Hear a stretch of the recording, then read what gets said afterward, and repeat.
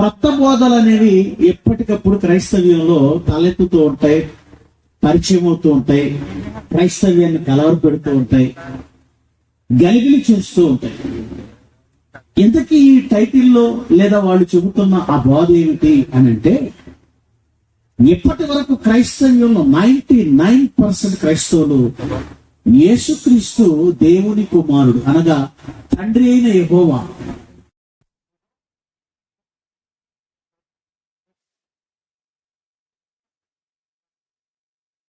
ప్రియకుమారుడని దేవుడు అన్నాడు, నేడు నేను నిన్ను కని ఉన్నానని అన్నాడు గనుక అద్వితీయ కుమారునిగా ఆయన కుడిపార్శ్వంలో కూర్చున్నవానిగా తండ్రి అయిన దేవుడు యెహోవా అయితే, యేసుక్రీస్తును కుమారుడైన దేవునిగా క్రైస్తవ్యం అంగీకరిస్తున్న ఈ కాలంలో అసలు దేవునికి యేసుక్రీస్తుకి తండ్రి బిడ్డల అంటే యెహోవా దేవునికి, దేవుడు అంటే యెహోవా దేవునికి యేసుక్రీస్తుకి అసలు తండ్రి లేదు.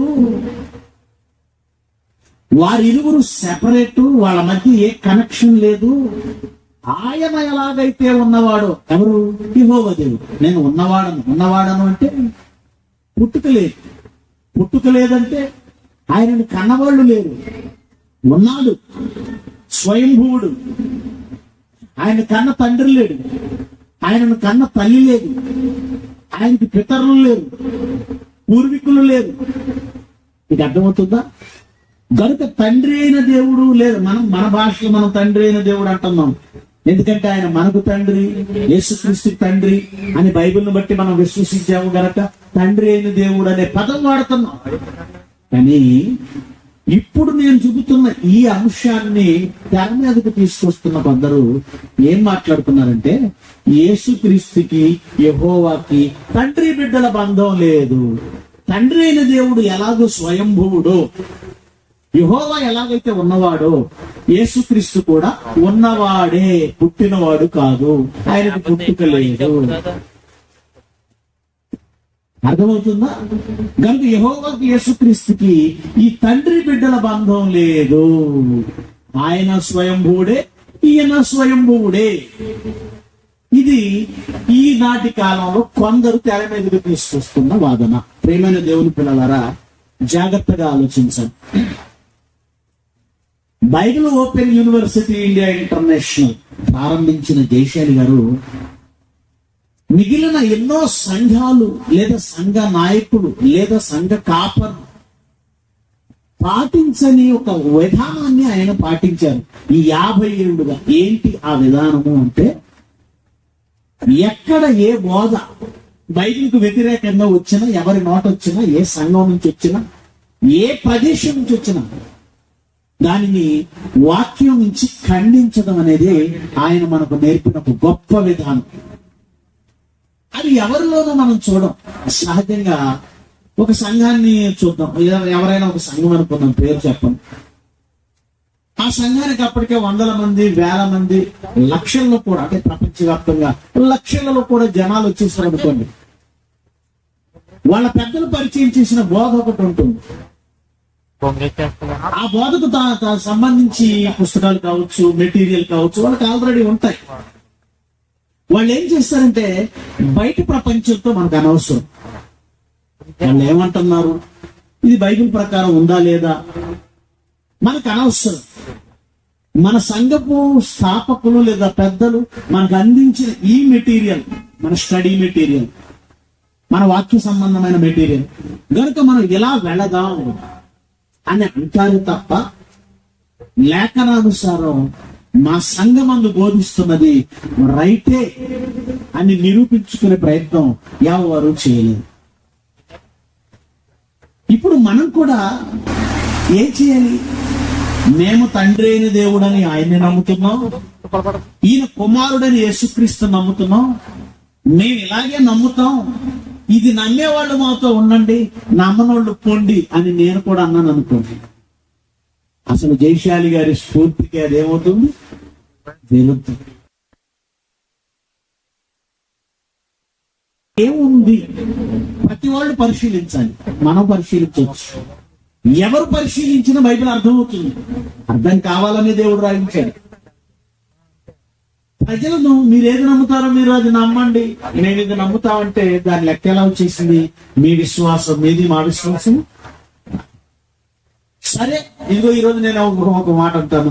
బైబిల్ ఓపెన్ యూనివర్సిటీ ఏమన్నా మాకు 1,00,000 మంది వచ్చేసారు, ఇక మేము ఎవరి బోధల గురించి పట్టించుకోవాల్సిన అవసరమే ఉంది. మా బోధ వినేవాళ్ళు మా దగ్గర ఉన్నారు, వినని వాళ్ళు ఎవరైనా ఉంటారు, బయటికి పోండి అని నేను అన్నాను అనుకోండి. తర్వాత ఏం జరుగుతుందో తెలుసా?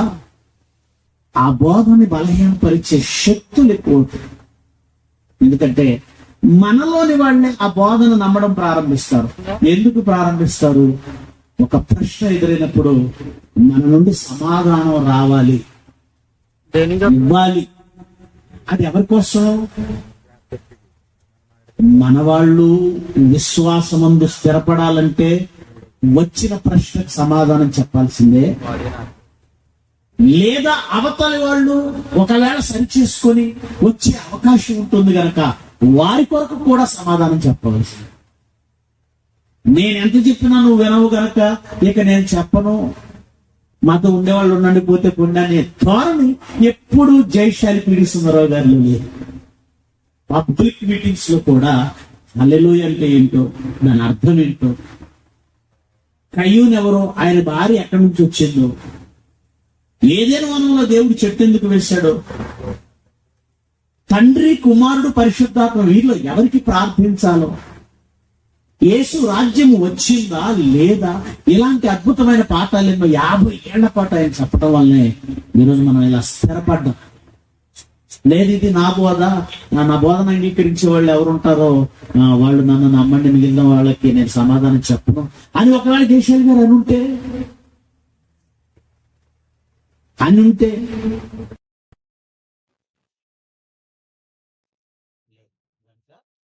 ప్రశ్న ఎక్కడ ఉద్భవించిన సమాధానం చెప్పుటకు ఎల్లప్పుడూ మీరేం చేయాలి? సిద్ధంగా ఉండాలి. అది బైబిల్ చెప్తుంది. 1 పేతురు 3వ అధ్యాయము 15వ వచనం దయచేసి చదవండి. 1 పేతురు 3వ అధ్యాయము 15వ వచనం చదవండి. నిర్మలమైన మనస్సాక్షి కలిగిన వారై ఉండి మీలో ఉన్న నిరీక్షణను గూర్చి మిమ్మును హేతు అడిగేవాడు ఎవడైనా సరే ఎందుకు అడుగుతున్నాడు అనేది ప్రక్కన పెడదాం. అక్కడ ఉందా అండి? ఎందుకు అడుగుతున్నాడో తెలుసుకో, ఆ తర్వాత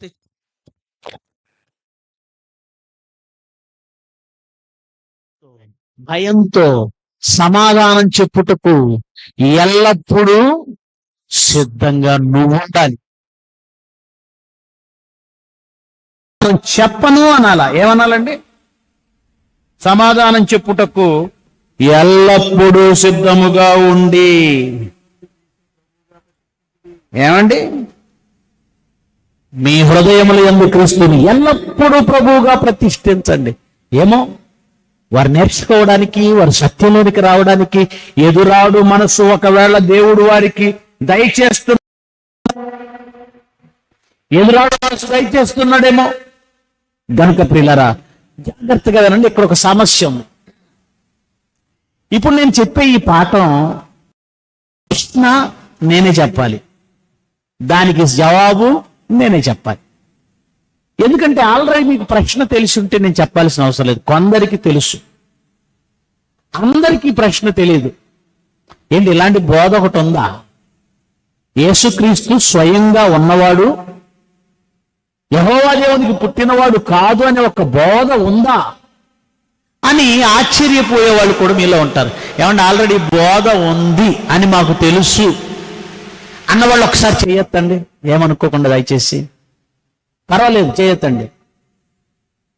ఇలాంటి బోధ ఉంటుంది. ఇందాక చెయ్యెత్తాడు తమ్ముడు, ఎందుకో దించేసేది. ఏ నాన్న చెయ్యెత్తితే నొప్పి వచ్చేస్తుందా? ఒకసారి చేయొత్తాడు. మిమ్మల్ని ఎవరిని ప్రశ్నలు అడగను, 1, 2, 3, 4 చూసారా? చేయించండి. ఏమండి ఇప్పుడే విన్నాండి, మాకు ఇలాంటిది ఉందని తెలియదండి అన్నవాళ్ళు చేయొద్దండి.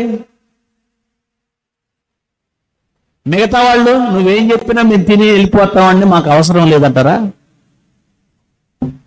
ఓకేలేండి, ఏదైనా నిలబడింది దేవుని వాక్యం కోసం గనక నేను చెబుతాను, చెప్పాలి కూడా. ఎందుకంటే రేపొద్దున వీళ్ళు మీ దగ్గరికి వస్తారు, మీ విశ్వాసాన్ని డిస్టర్బ్ చేస్తారు, మిమ్మల్ని కంగారు పెడతారు. రైట్. ప్రియులరా, యేసుక్రీస్తు స్వయంగా ఉన్నాడా లేదా తండ్రి అయిన దేవునికి పుట్టాడా, యెహోవాకు పుట్టాడా? ఇది క్రొత్తది కాదు, గుర్తుపెట్టుకోండి. క్రొత్తగా వచ్చింది అని మనం అనుకుంటున్నామేమో కానీ క్రొత్తది కాదు. ఇది ఎప్పటిది, ఎప్పటి నుంచి ఉంది, ఎందుకుందో చెబుతాను, జాగ్రత్తగా వినండి. Bible Open University India International బోధలపై చాలా మందికి కొన్ని బాధలు ఉన్నాయి. బోధల మీద బాధలు. అవి బోధల మీద బాధలు కాదు, బోధకుల మీద బాధలు. మనుషులు ఎలా తయారయ్యారంటే బోధకుల మీద బాధలు నిడిదిప్పుతారు. బోధల మీద సంతోష్ అనేవాడు పడకపోతే సంతోష్ అనేవాడిని కత్తితో పొడవండి. కానీ ఎలాగైనా సంతోష్ అనేవాడి బోధన మార్చేద్దాం అనుకోకండి. నష్టం నాకంటే ఎవరికి ఎక్కువ జరుగుతుంది? జయశాలి గారు అంటే మీకు నచ్చలేదు అనుకోండి, జయశాలి గారిని వదిలేయండి, ప్రేమించకండి. కానీ జయశాలి గారు నచ్చలేదు గనక నేను బోధన ఎలాగైనా తప్పు చేద్దాం అని ఎప్పుడు అనుకోకండి. అది చాలా క్రూరమైన మనస్తత్వం. ఇలాగూ Bible Open University India international అంటే నచ్చని కొందరు మరి ఎలాగ బోధనం చేయాలి, బోధన ఎలాగైనా మార్చేయాలి, తప్పని చూపించాలి, వీళ్ళ తప్పని చెప్పాలి అనే ప్రయత్నాల్లో ఇంటర్నెట్లోకి వెళ్ళిపోయి, ఏమండి గూగుల్లోకి వెళ్ళిపోయి, వికీపీడియాలోకి వెళ్ళిపోయి ఏమైనా డిఫరెంట్ గా ఉన్నాయేమో వెతకడం ప్రారంభిస్తారు. ఒక బోధని అది తప్ప రైటా తెలుసుకోవాలంటే ప్రామాణికం బైబిల్ తప్ప వికీపీడియా కాదు.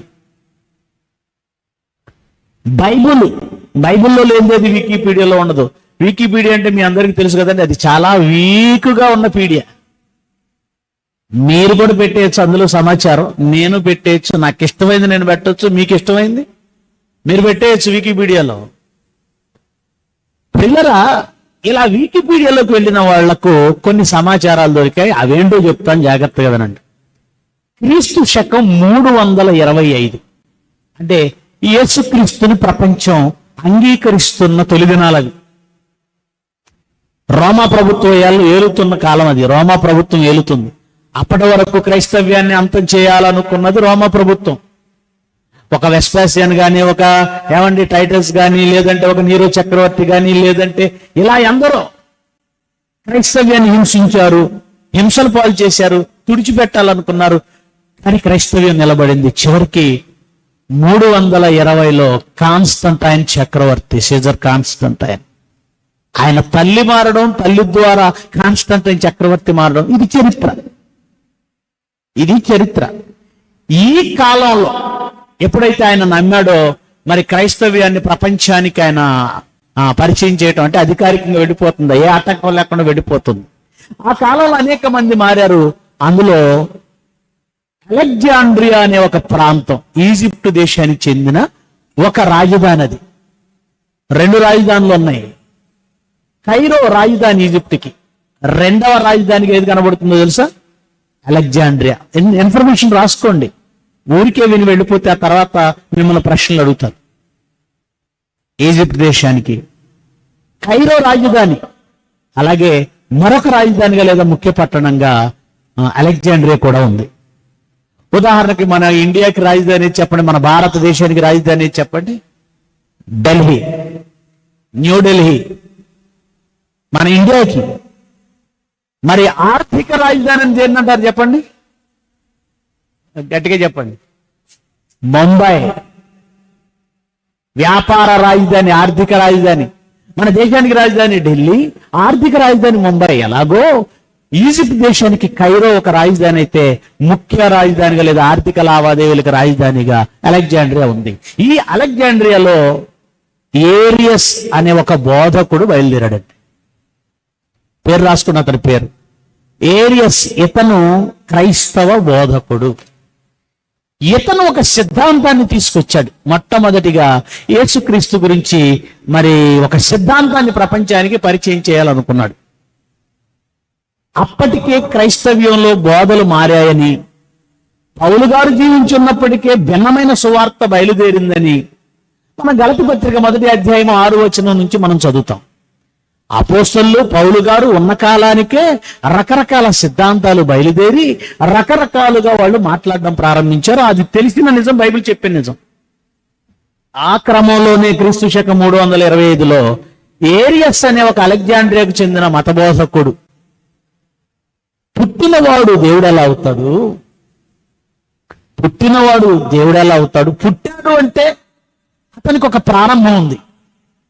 ప్రారంభం ఉన్నవాడు ఎప్పుడు నిత్యుడు కాడు, ప్రారంభం ఉన్నవాడు దేవుడు అవడు. యేసుక్రీస్తుకు ప్రారంభం ఉంది గనక యేసుక్రీస్తును దేవుడు అనకూడదు, దేవుని కుమారుడు మాత్రమే అని ఒక సిద్ధాంతాన్ని మొదలుపెట్టాడు. అప్పటి వరకు క్రైస్తవులు ఉన్నారు. అపోస్తలులు మరణించిన తరువాత, అపోస్తలులు ఉన్న కాలంలోనే రకరకాల బోధలు ఉన్నాయి, అది మనకు తెలిసిన విషయం. మరి అపోస్తలులు వెళ్ళిపోయిన తర్వాత ఎన్ని రకాలుగా బోధలు వెళ్ళాయో తెలియదు. కానీ ఈ ఏరియస్ అని ఆయన ప్రతిపాదించిన సిద్ధాంతం యావత్ క్రైస్తవ బోధకులను కలవరపరిచింది. ఏంటది?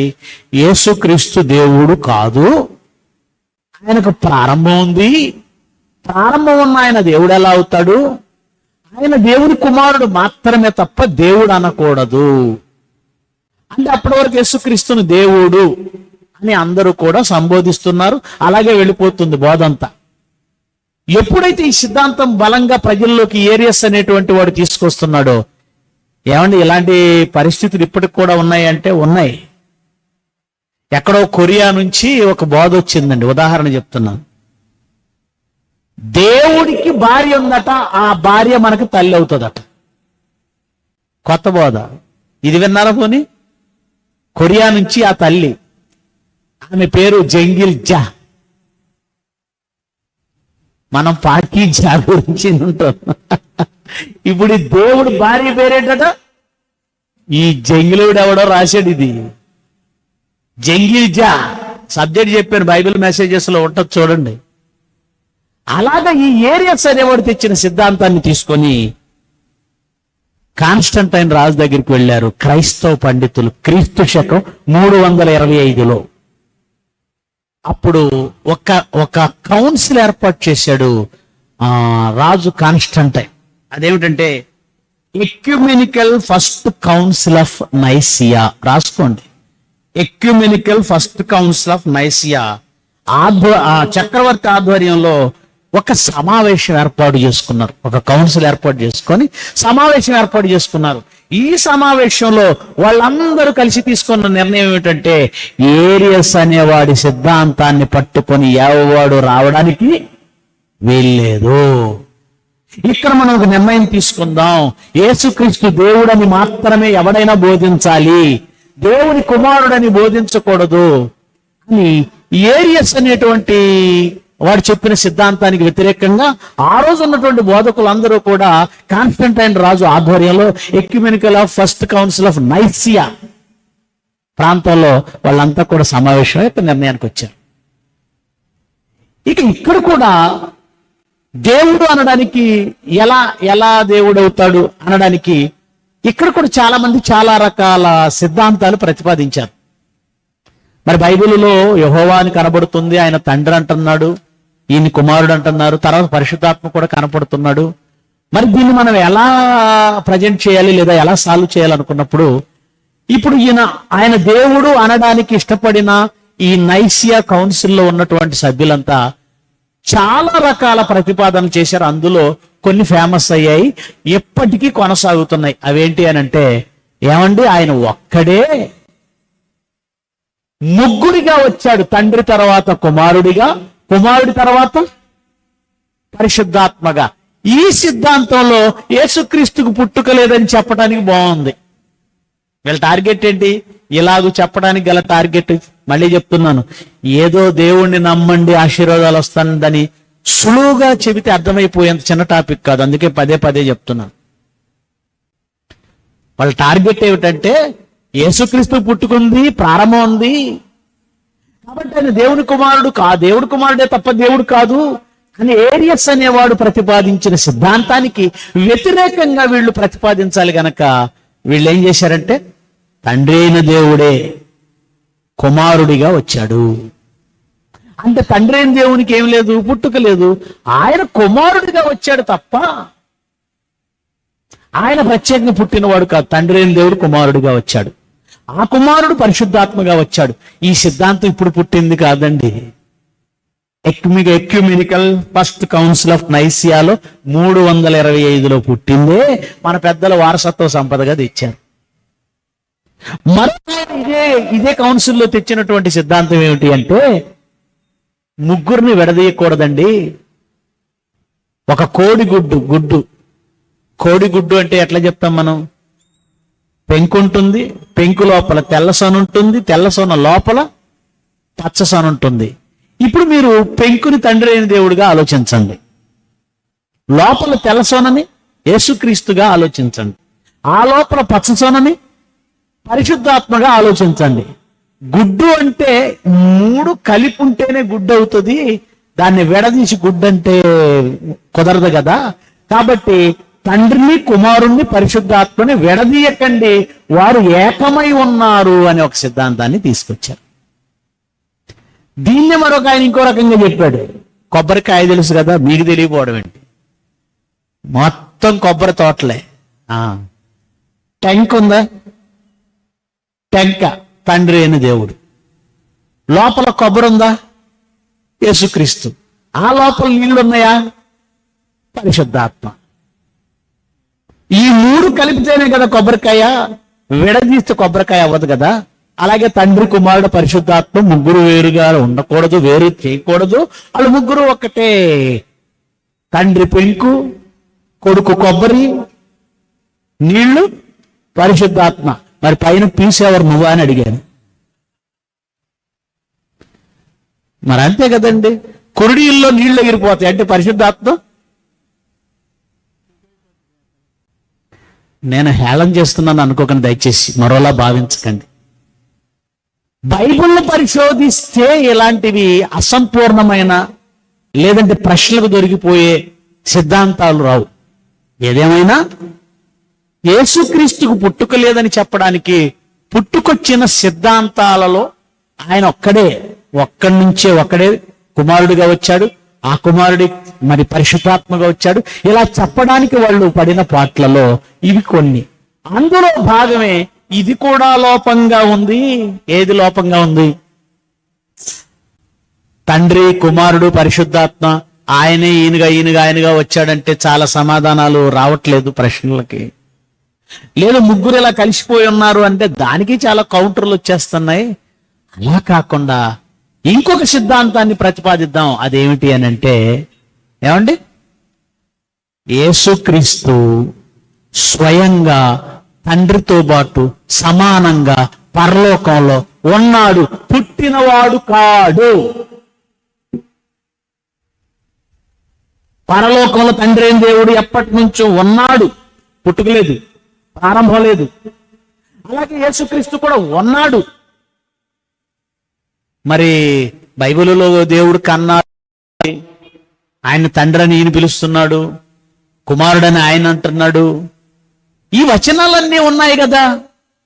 ఇప్పుడు వీళ్ళకి ఉన్నటువంటి ఛాలెంజ్ ఏంటంటే, ఇప్పుడు అవన్నీ మనం చూపిస్తామని తెలిసి ప్రతి వచనానికి ఏదో ఒక మ్యాటర్ కౌంటర్ తయారు చేసుకుని సిద్ధపడ్డారు. ఇలా సిద్ధపడి 4 గంటలు చెప్పాడు ఒక ఆయన హైదరాబాదులో ఈ పాఠాన్ని. ఆయన ఎప్పుడైతే ఆ పాఠం చెప్పాడో 2022లోనే నా ఛానల్లో ఉంటుంది చూడండి, ఆ 4 ఎపిసోడ్స్ కి కౌంటర్లు ఇస్తూ నేను already full left and right ఇచ్చేసా. ఆర్మూరు వాళ్ళు అడిగారు నన్ను ఇదే కౌంటర్లో, అక్కడ చెప్పాను. ఆర్మూర్ అంటే నిజామాబాద్ జిల్లా, తెలంగాణ. మరలా ఇక్కడ అడిగారు ఇన్నాళ్ళకి 3 సంవత్సరాల తర్వాత. మరలా నేను చెబుదామని, అసలు ఆయన ఉన్నాయా, ఏం చెప్పాడు, ఉన్నాయా ఒకసారి చూద్దాం. ఎందుకంటే మనం ఎప్పుడు కూడా బ్యాటింగ్ చేసేటప్పుడు ఎవరు బౌలర్ యొక్క టెక్నిక్లు కూడా చూడాలవుద్దా. ఒకసారి ఉన్నాయో లేదో చూద్దాం అంటే ఆ ఛానల్లో అవి కనపడలేదు నాకు. మరి ఉన్నాయా తీసేసాడో నాకు తెలియదు. ఎందుకంటే నేను 4 ఎపిసోడ్లకి గట్టిగా కౌంటర్ ఇచ్చాక తిరిగి మరలా ఆయన మాట్లాడలేదు. మళ్ళీ చెప్తున్నాను, ఇది నేను అతిశయంతో చెప్పేది కాదు.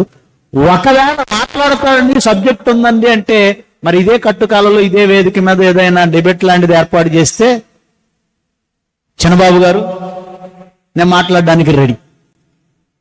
నేను రెడీ. ఎందుకు అంటున్నానంటే ఒక అబద్ధాన్ని ఒకటి వేళతో పెకిలించకపోతే ఇది కొరుకుడు పుండులాగా వెళుతూనే ఉంటుంది. ఎప్పటికే ఒకరు, ఇద్దరు, ముగ్గురు అమాయకులే వాళ్ళు, ఆ వెళ్ళిపోయే వాళ్ళు, కంగారు పడుతున్న వాళ్ళు, ఆ బోధకు ఆకర్షితులు అవుతున్న వాళ్ళు ఎవరంటే బొత్తిగా బైబిల్ మీద అవగాహన లేని వాళ్ళు.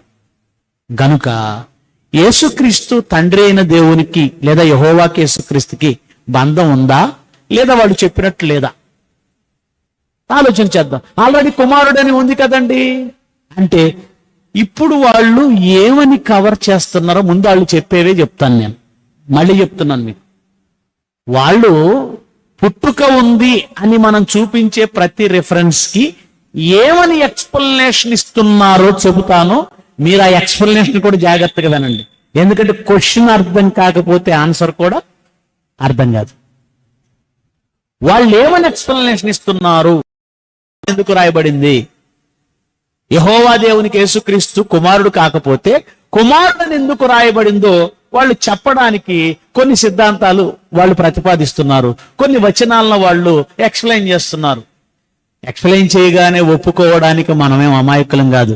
బైబిల్ ఓపెన్ యూనివర్సెస్ ఇంటర్నేషనల్ జయశాలి పిడి సుందరరావు గారి దగ్గర తర్ఫీదు పొందిన Bible Open university deputy director Santosh Kumar గారు ఇక్కడ ఎవరిని ఎక్స్ప్లెనేషన్ ఇవ్వండి, అది బైబిల్ ఒప్పుకోకపోతే నేను అస్సలు ఒప్పుకోను. బైబిల్లో ఆన్సర్ ఉంటుంది. నువ్వు ఏ వికీపీడియా తిరిగినా, ఏ నెట్ తిరిగినా ఎక్కడ దొరికిపోతావంటే నేను ఆధారపడేది ఒకటే బైబిల్.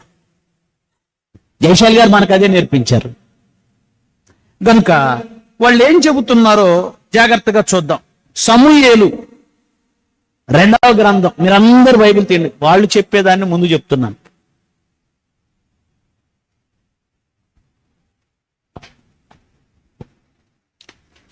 సమూయేలు మొదటి గ్రంథం 7వ అధ్యాయం 13, 14 వచనాలు జాగ్రత్తగా చదవండి.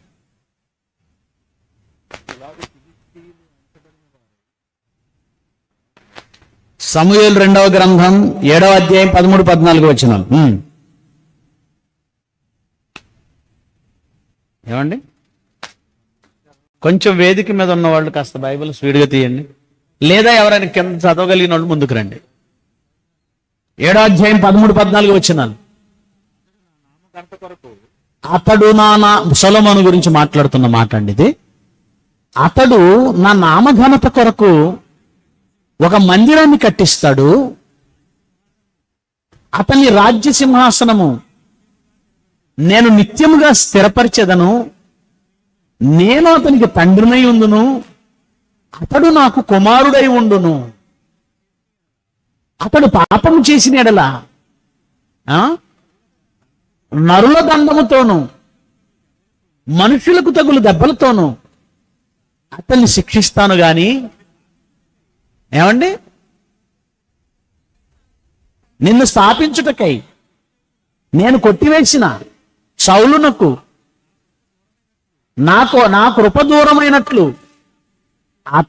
అతనికి నా కృప దూరము చేయను.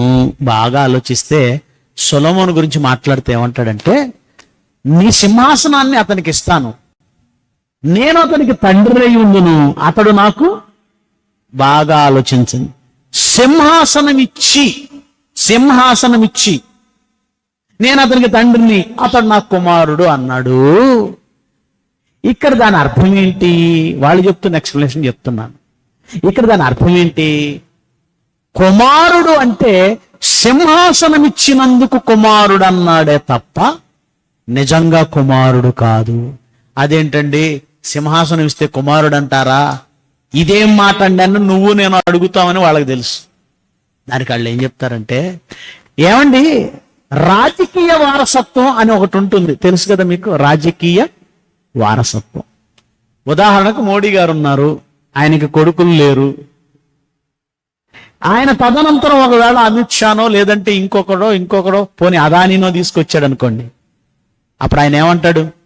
నా రాజకీయ వారసుడిగా ఎవరిని ప్రకటిస్తున్నాను?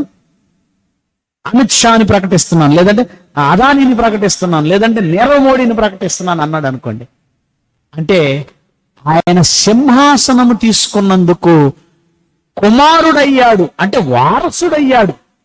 వారసత్వం, సింహాసనం ఇచ్చినందుకు వారసుడు అన్నాడే తప్ప వాస్తవానికి ఆయనలో నుండి ఈయన రాలేదు.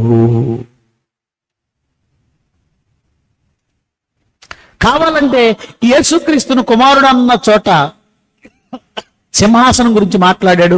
చూడండి, ఇక్కడ ఎలాగైతే సమూయేలు దగ్గర, సమూయేలు గ్రంథంలో సొలొమోనుకు సింహాసనం ఇచ్చినందుకు అతడికి నేను తండ్రిని, నాకు అతడు కుమారుడు అన్నాడో, యేసుక్రీస్తు కూడా సింహాసనం ఇచ్చినందుకే అన్నాడు. కావాలంటే లోకా సువార్త చూడండి. ఇప్పటి వరకు మీరు ఈ వాక్యాలు ఎలాగో చదివారు, కానీ అసలు చదవవలసిన విధానం ఇది అంటూ వాళ్ళు చెబుతున్న ఎక్స్ప్లెనేషన్ ని మీరు జాగ్రత్తగా వినండి, లేకపోతే కన్ఫ్యూజ్ అవుతారు. లోకా సువార్త 1వ అధ్యాయం, లోకా సువార్త 1వ అధ్యాయం 31 నుండి చదవండి. ఇదిగో నీవు గర్భము ధరించి కుమారుని కని అతనికి యేసు అని పేరు, ఆయనకు యేసు అని పేరు పెట్టుదువు. ఆయన గొప్పవాడై సర్వోన్నతుని కుమారుడు అన్నాడా, అనబడును అన్నాడా? ఏం రాయబడింది? అనబడడం వేరు, కుమారుడు అవ్వడం వేరు. ఇది వాళ్ళ ఎక్స్ప్లెనేషన్స్ అవ్వండి, మీరు కంగారు అయిపోకండి. మరి అదే చూపిస్తున్నారు, అదే ఎక్స్ప్లెయిన్ చేస్తున్నారు. పోనీ మళ్ళీ చదువుతారో చదవండి. ఆయన గొప్పవాడై సర్వోన్నతుని కుమారుడు అనబడును. ఎందుకు అనబడునంటే ప్రభు అయిన దేవుడు ఆయన తండ్రి అయిన దావీదు సింహాసనమును, అది దావీదు సింహాసనాన్ని సొలొమోనుకి ఇచ్చిన దగ్గర కూడా నేను తండ్రిని, ఆయన కుమారుడు అన్నాడు.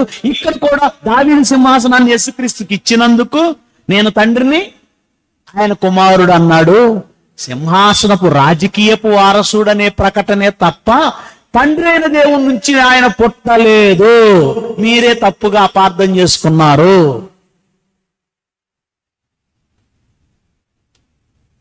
ఇంకా కావాలంటే చూడండి, ఇలాంటి చాలా చెప్పేస్తానండి. నాకు ఒక రోజు కాదండి, 2 రోజులు కావాలి ఈ సబ్జెక్ట్కి, కానీ నేను ఇంపార్టెంట్ అన్నీ మీ ముందు పెడుతున్నాను. హెబ్రీ పత్రిక, అంటే వాళ్ళ ఎక్స్ప్లెనేషన్ ఇది. చూసారా, మీరు కూడా డైలమాలో పడ్డారు. హెబ్రీ పత్రిక 1వ అధ్యాయము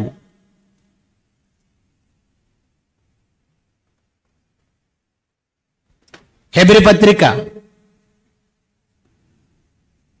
అధ్యాయము 3వ వచనం చూడండి. ఆయన దేవుని మహిమ యొక్క తేజస్సును,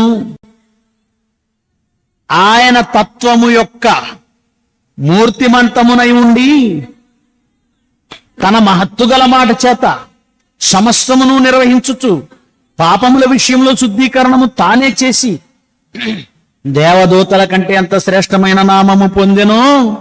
వారి కంటే అంత శ్రేష్ఠుడై ఉన్నత లోకమందు మహామహుడగు దేవుని కుడి పార్శ్వమున కూర్చుండెను. ఇక్కడ కూడా సింహాసనం మీద కూర్చుండెను. అదేనా అక్కడ సందర్భం? అది గనుక ఏమన్నాడట? 5వ వచనం, ఎలా అనగా నీవు నా కుమారుడువు, నేను నిన్ను కని ఉన్నాను అని.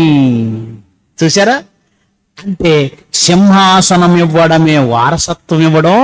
ఆ వారసత్వాన్ని ఇవ్వడం తండ్రి కుమారుల బంధంగా చెప్పాడే తప్ప ఆయన నిజంగా కనలేదు. కన్నాడని ఎక్కడ రిఫరెన్స్ ఉంది అడుగుతున్నారు. బాగా వినాలి. ఇంకొక క్వశ్చన్, యేసుక్రీస్తు పుట్టాడని బైబిల్లో ఎక్కడా నేను పుట్టానని చెప్పలేదు. వాళ్ళ కౌంటర్లే. నేను పరలోకంలో పుట్టానని అసలు చెప్పలేదు. లేదు, పరలోకంలో నేను పుట్టానని యేసుక్రీస్తు ఎక్కడ చెప్పలేదు. లేదు, మీరే ఉన్న వచనాలను మీరు అలా వక్రంగా చదువుకుంటున్నారు అని మాట్లాడుతున్నారు. ఏమండి, మరి వీటికి ఆన్సర్ ఇస్తూ వెళదామా? ఒకేసారి ఆ ప్రశ్నలన్నీ ముందు పెడదాం. 2 ప్రశ్నలు పెట్టాను, వీటికి ఆన్సర్ ఇచ్చి మిగతా ప్రశ్నలకు వెళదామా? వాళ్ళ ప్రశ్నలన్నీ ముందు చెప్పేద్దాం. ముందు చెప్పేయడం బెటర్, మాటికి మిమ్మల్ని కన్ఫ్యూజ్ చేసే కంటే వాళ్ళ ప్రశ్నలన్నీ ముందు పెట్టేద్దాం. ఓకే, రోమపత్రిక 8వ అధ్యాయం. రోమపత్రిక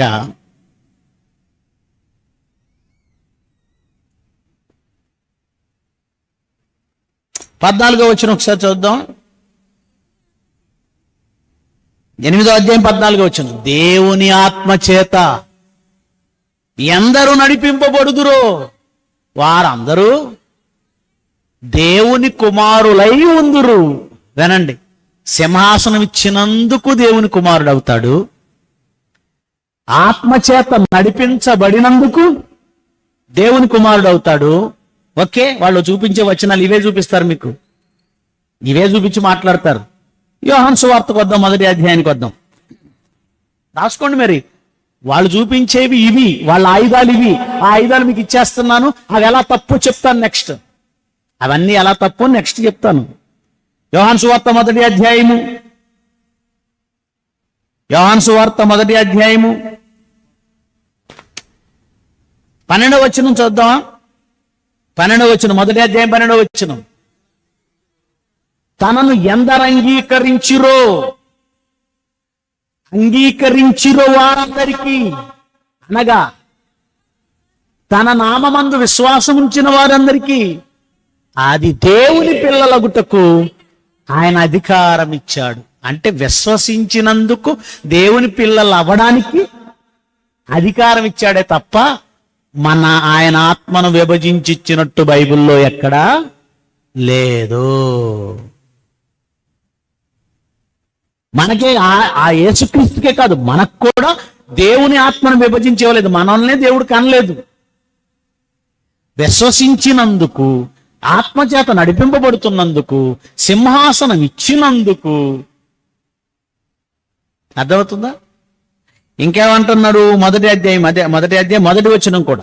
ఆది అందు వాక్యం ఉండెను, వాక్యము దేవుడి యొద్ద ఉండెను, వాక్యము దేవుడై ఉండెను.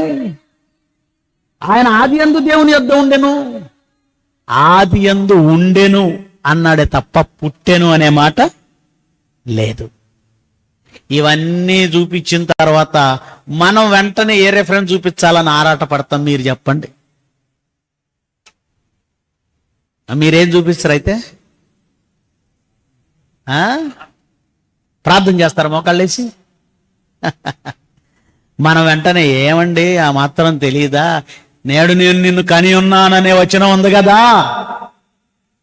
నేడు నేను నిన్ను ఎక్కడుంది? పాత నిబంధన చెప్పండి. హెబ్రీ పత్రిక. కొత్త నిబంధన మీరు బాగా చదువుతారు, చాలాసార్లు చదువుతారు. పాత నిబంధన జోలికి వెళ్ళరు, అంతేగా. కీర్తనల గ్రంథం 2వ అధ్యాయం 6వ వచనం. కీర్తనల గ్రంథం 7వ వచనం. 6, 7 కంటిన్యూ అప్పండి. 7వ వచనం, 6వ వచనం కంటిన్యూ చేస్తే సింహాసనం గురించే ఉంటది. 6వ వచనం. నేను నా పరిశుద్ధ పర్వతమైన సియోను మీద నా రాజుని, ఇక్కడ కూడా సింహాసనం గురించే మాట్లాడుతున్నాడు. నా రాజుని ఆసీనునిగా చేసి ఉన్నాను, కట్టడలను నేను వివరించేదను. యెహోవా నాకు ఇలాగ సెలవిచ్చి ఉన్నాడు, నీవు నా కుమారుడవు. సింహాసనం ఇచ్చినందుకు ఏమని సెలవిచ్చాడట? నీవు నా కుమారుడవు. నాకు ఇలా సెలవిచ్చాడు, నీవు నా కుమారుడవు. నేడు నేడు నేడు అంటే అక్కడ నేడనే పదం ఏంటో తెలుసా? అది వాళ్ళ స్ట్రెస్. వాళ్ళు అక్కడ నొక్కి చెప్తున్నది ఏమిటంటే, నేడు అనే ఆ పదం ఏమిటంటే సింహాసనం ఇచ్చిన రోజే నేడు. నేడు నేను నిన్ను కనుక కని ఉన్నాను అంటే సింహాసనం ఇచ్చినందుకు వారసుడని ప్రకటించటమే తప్ప కనినట్లు కాదు అని వాళ్ళ కౌంటర్లో, వాళ్ళ వివరణ, వాళ్ళు చెబుతున్న మాటలు.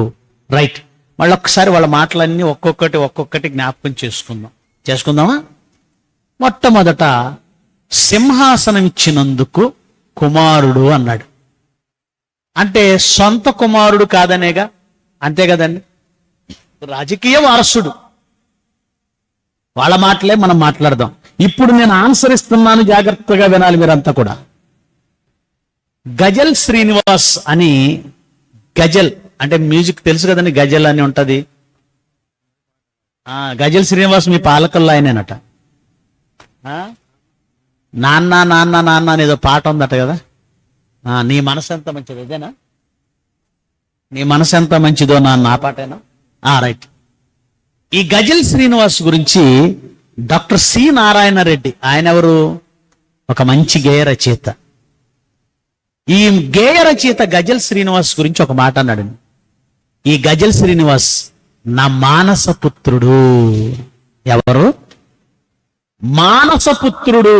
మానసపుత్రుడు అంటే నా మనస్సు ద్వారా కన్నానని అర్థం. అంటే కొడుకని కాదు, పుట్టాడని కాదు, నేను అన్నానని కాదు, నేను నా భార్య కలిసి కన్నామని కాదండి. వారసత్వం. దేనికి వారసత్వం? రచన శైలికి వారసత్వం. దేనికి? సాహిత్యానికి వారసత్వం. వారసుడిగా ప్రకటించడం అంటే నా వారసత్వం. రాజకీయ నాయకులు ఎలాగైతే నా రాజకీయ వారసుడు అని ప్రకటిస్తారో, కళాకారులు ఎలాగైతే నా వారసుడు అని ప్రకటిస్తారో, అంతే కదండి. మీ పక్కనే ఉంది ఏంటది? కాదండి, ఊరి పేరేంటి? కృష్ణరాజు వాళ్ళు, ఆ మొగల్తూరు. కృష్ణరాజు గారికి కొడుకు ఉన్నాడో లేదో తెలియదు. ఆయన తమ్ముడు కొడుకు వచ్చాడు సినిమాల్లో కదా, ప్రభాస్. ఒక స్టేజ్ మీద నా వారసుడు ప్రభాస్ అన్నాడు. కానీ ప్రభాస్ కృష్ణరాజు కడుపును పుట్టాడా? లేదు. మరి నా వారసుడు అన్నాడు. రైట్. ఈ పాయింట్ మీద వాళ్ళు మాట్లాడుతున్నారు. పాయింట్ బాగుంది.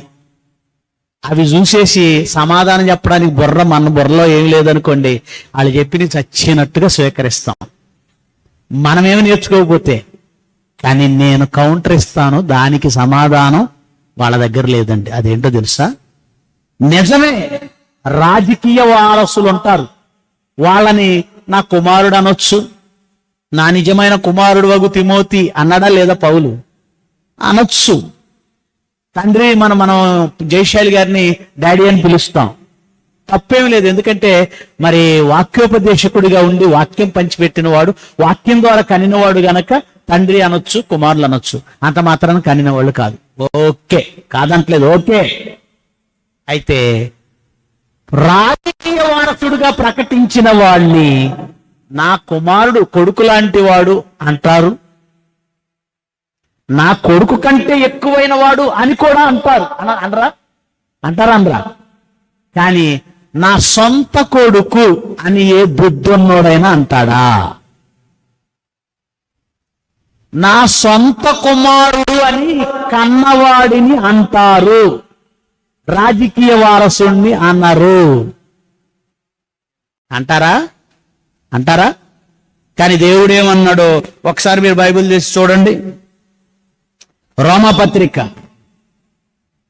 8వ అధ్యాయము 4వ వచనం.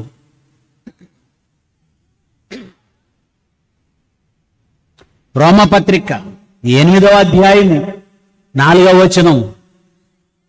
శరీరమును అనుసరించక ఆత్మను అనుసరించియే నడుచుకుని మన యందు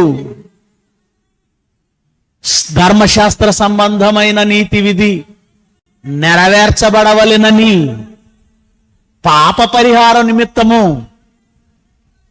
దేవుడు, రాసుకోండి, నోట్ చేసుకోండి, అండర్లైన్ చేసుకోండి.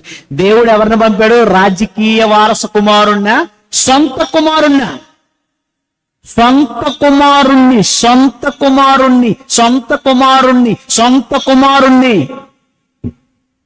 సొలొమోనుకు సింహాసనం ఇచ్చినందుకు కుమారుడు అన్నట్లే యేసుకు సింహాసనం ఇచ్చినందుకు కుమారుడు అని నువ్వంటే, మరి సొలొమోను సొంత కుమారుడు అని ఎందుకు అనలేదు? నా ప్రశ్న, సమాధానం చెప్పాలి. నువ్వు చెప్పగలవా? రాజకీయ వారసుడిగా ఎవరినైనా ప్రకటించవచ్చు. వాడిని పట్టుకొని స్టేజ్ మీద నా సొంత కుమారుడు అన్నాడు అనుకోండి, అప్పుడు వార్తలు గుప్పమంటాయి. అర్థమైందిగా మీకు విషయం? రాజకీయ వారసుడిగా ప్రకటించిన వాడిని కొడుకు అనొచ్చు, కొడుకు కంటే ఎక్కువ అనొచ్చు. కానీ సొంత కొడుకు అనే మాట ఏ బుద్ధి ఉన్నాడు వాడడు. సొంత కుమారుడు అని ఎప్పుడు వాడతారు? కంటేనే వాడతారు. సొంత కుమారుడు 32వ వచనం కూడా చూడండి. తన సొంత కుమారుని తెలుగు భాషగా ఇది. ఈ మధ్య ఫ్యాషన్ ఏంటంటే ఆ చెప్పే ఆయన తెలుగు కంటే ఇంగ్లీష్ పదాలు ఎక్కువ వల్లిస్తా ఉంటాడండి. మనకి ఎలా ఉంటది అంటే తెలుగులో మాట్లాడినోడు కంటే ఇంగ్లీష్లో మాట్లాడినోడు బాగా వచ్చు అనుకుంటాం. తెలుగు ఇంగ్లీష్ కాదండి, బైబుల్ వచ్చా లేదా? ఈ మధ్యకాలంలో ఇంకో పిచ్చి పట్టింది.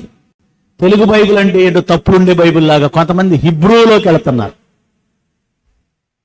హిబ్రూ పిచ్చి పట్టిన వాళ్ళకి కూడా చెప్తున్నాను, కాదనంటే నాతో మాట్లాడండి. హిబ్రూ బైబిల్ దాకా వెళ్ళాల్సిన అవసరం లేదు, తెలుగు బైబిల్ రైటే. ఏమండి, దేవుడు భాషలు ఇచ్చాడా? మొదటి శతాబ్దంలో అపోస్తలులకు భాషలు ఇచ్చి ఎవరి భాషలో వాళ్ళకి చెప్పండి అన్నాడా? వాళ్ళందరికీ హీబ్రూ నేర్పించి, హీబ్రూలోనే రైట్ ఉంటది కనుక వాళ్ళందరికీ హీబ్రూ నేర్పించి వచ్చి హీబ్రూ బైబిల్ చదివించండి అన్నాడు.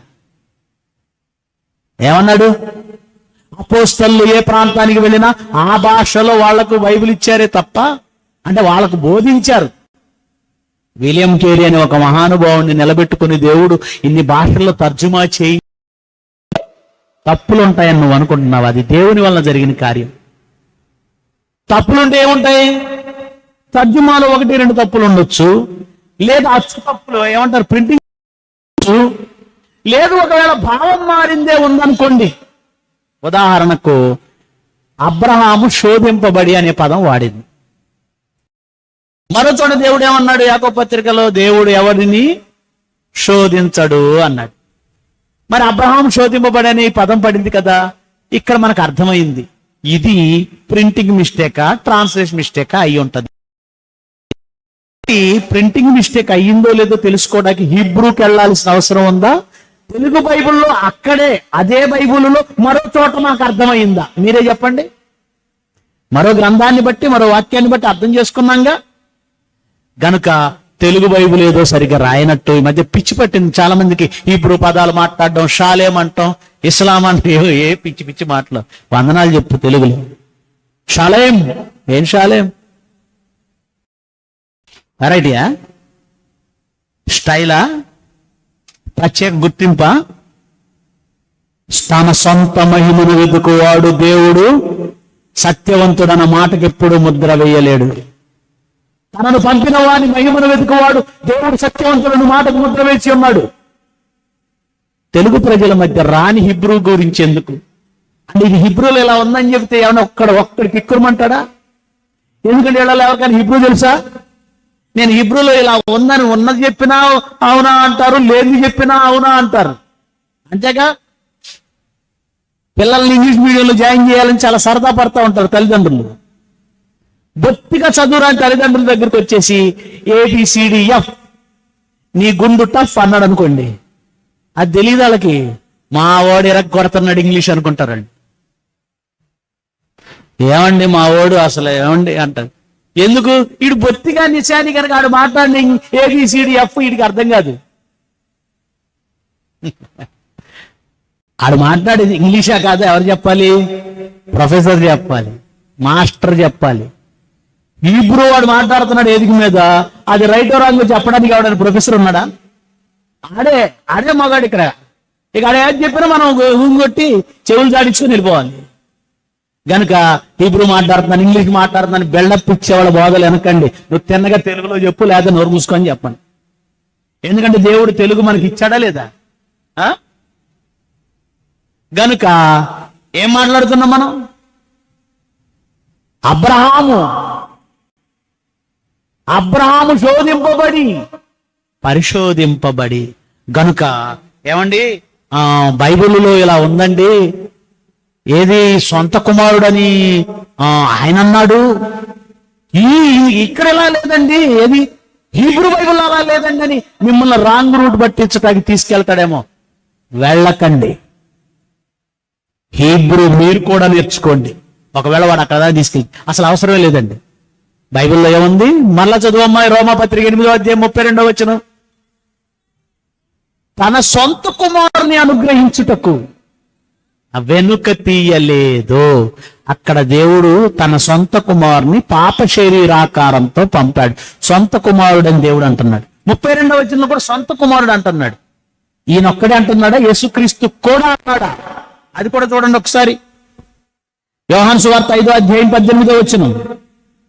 యోహాను సువార్త పని చేసుకునే వాళ్ళు నెమ్మదిగా మాట్లాడుకున్నాను. వంట దగ్గర వంట వాళ్ళు వంట పని చేసేవాళ్ళు కొద్దిగా స్లోగా మాట్లాడుకోండి. యోహాను సువార్త 5వ అధ్యాయం 18వ వచనం. యేసుక్రీస్తు విశ్రాంతి దినాచారము మీరుట మాత్రమే కాక తండ్రి అని చెప్పి, దేవుడు ఏమని చెప్పాడట? తన సొంత తండ్రి అని చెప్పి తనను దేవునితో సమానునిగా చేసుకొనెను. సొంత తండ్రి అని చెప్పాడు. నేను సొలొమోను తండ్రి ఎలా తండ్రి అయ్యాడో నాకు అలా తండ్రి అంటే వాళ్ళు చంపుతారండి? కొంచెం నాలెడ్జ్ ఉండాలి కదా. సొలొమోనుకు సింహాసనం ఇచ్చినప్పుడు ఏమన్నాడు? అతడు నాకు కుమారుడై ఉంటాడు, నేను అతనికి తండ్రినై ఉంటాను అన్నాడు.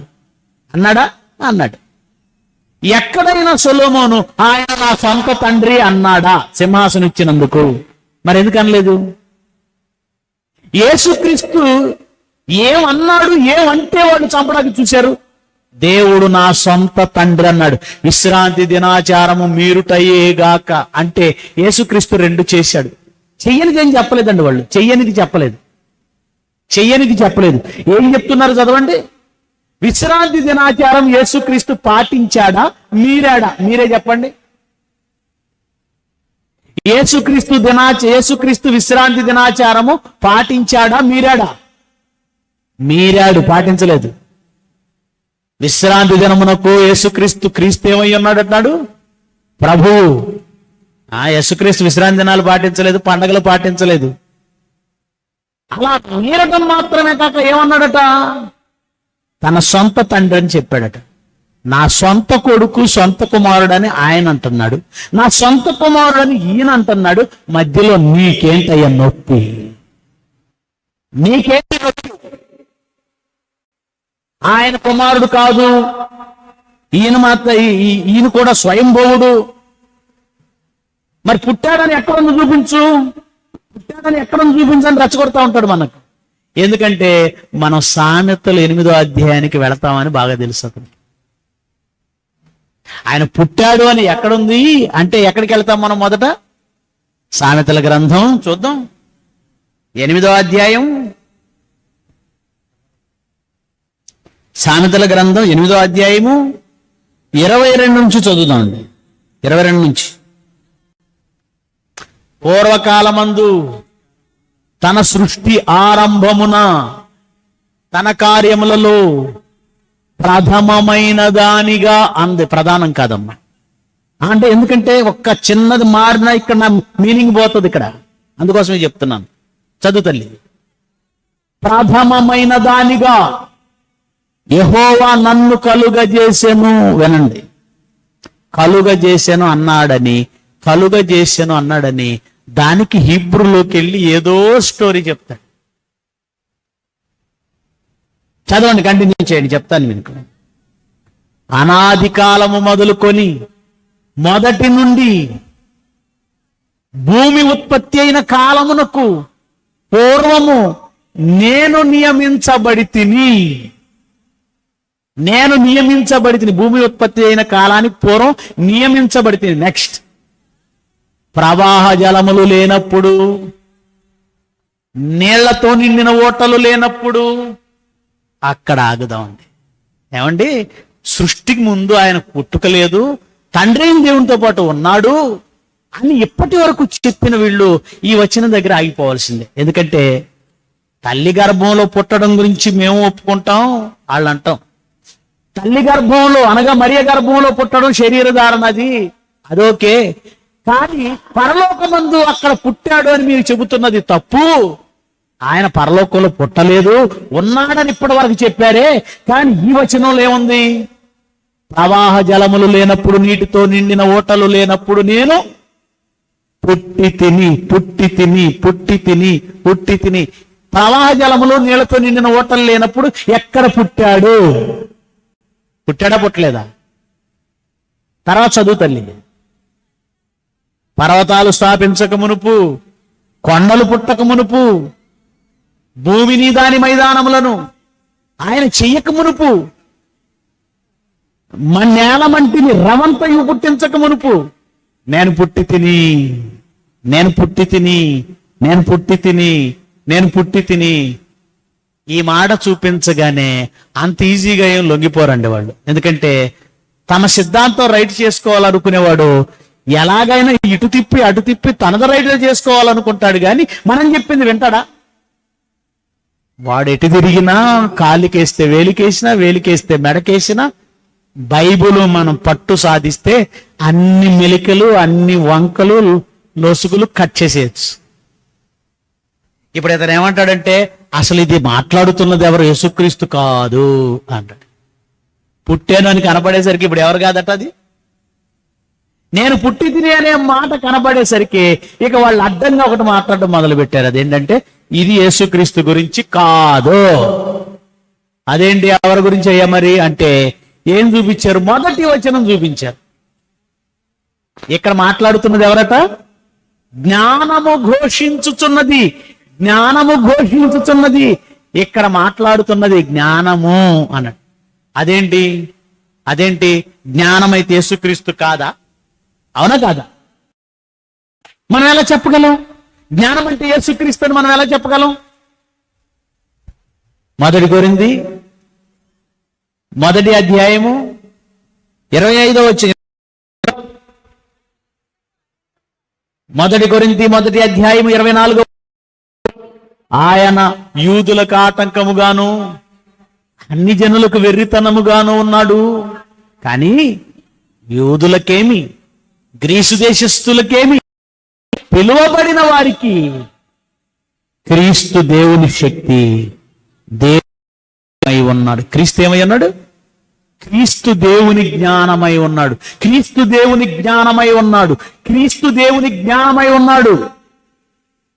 ఈ కౌంటర్ మనం ఇచ్చేసరికి అసలు సామెతలు 8లో మాట్లాడుతుంది దేవుని జ్ఞానం గురించి కాదు, లోక జ్ఞానం మొదలుపెట్టాడు ఒకడు.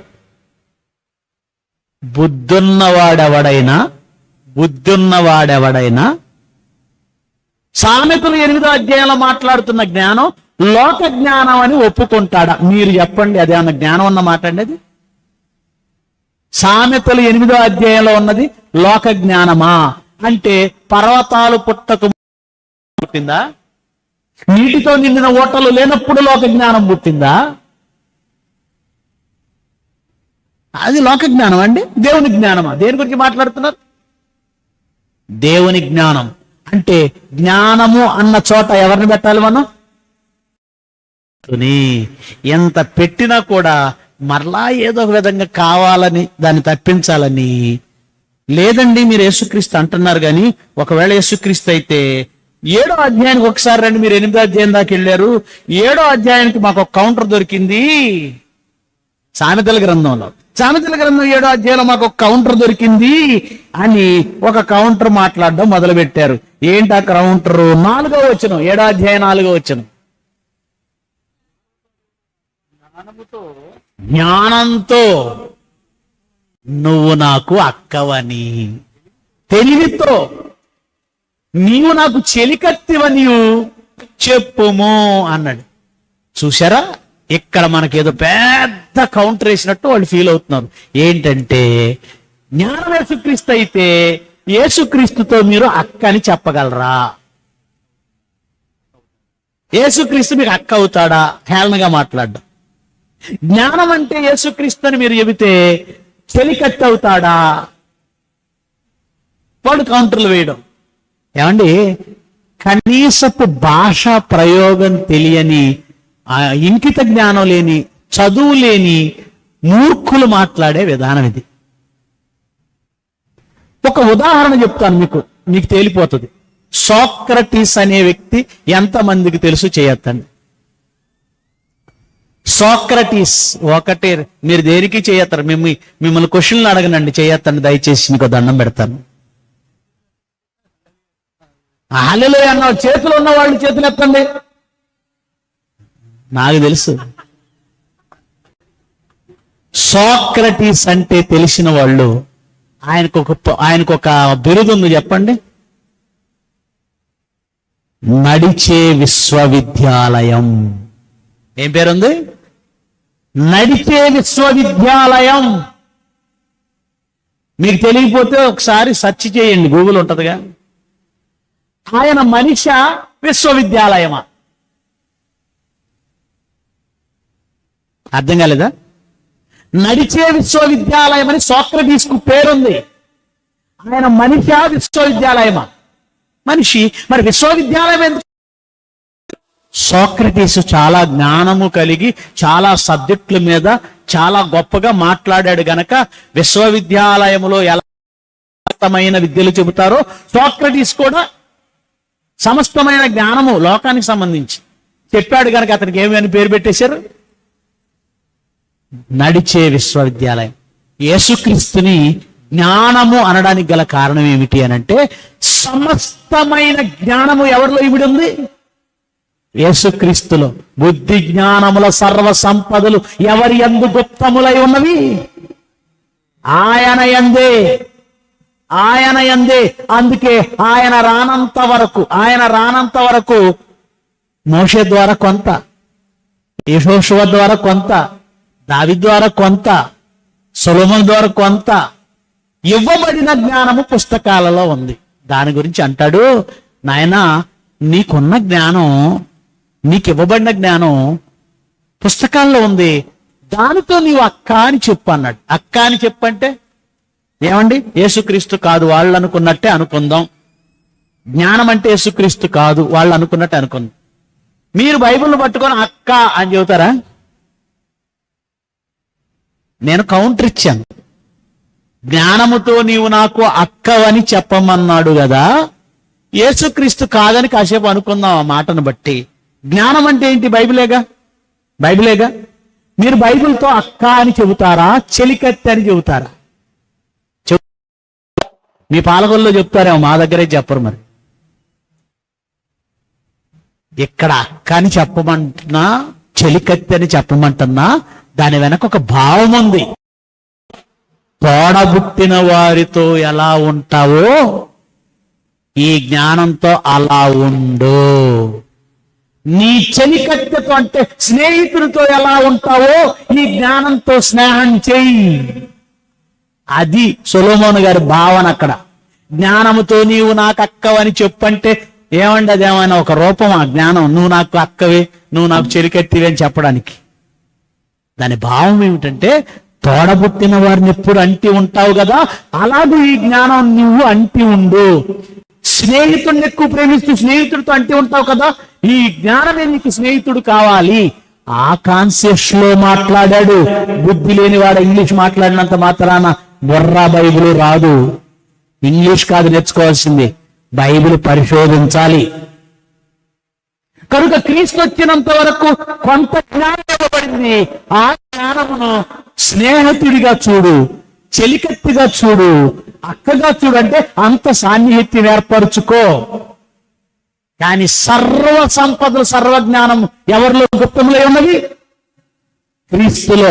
అందుకే పౌలు తప్పు మాట్లాడలేదు. పౌలు ఏమన్నాడు? 1 కొరింథీ 1 అధ్యాయము 24లో ఏమన్నాడు? ఆయన యూదులకు ఆటంకముగాను అన్ని జనులకు వెర్రితనముగాను ఉన్నాడు.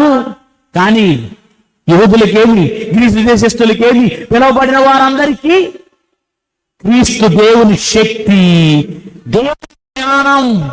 స్వయంగా పౌలు పరిశుద్ధాత్మ పూర్ణుడై క్రీస్తు దేవుని జ్ఞానం అని చెప్పిన తర్వాత కాదని చెప్పడానికి నువ్వెవరు అసలు?